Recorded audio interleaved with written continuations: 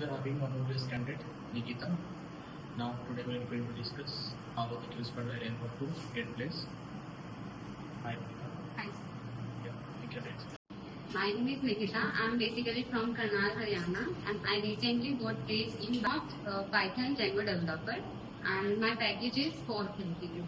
And my experience about QSPIDERS is very good, and here all trainers are very good and supportive.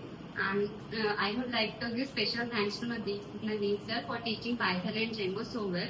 And his way of teaching and his support was very helpful for my interviews.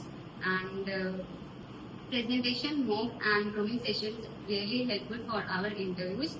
So if you are giving presentation, they will help you a lot for improving communications and also to boost your confidence for the interviews. Give presentation mock regularly, so it will help you for the interviews.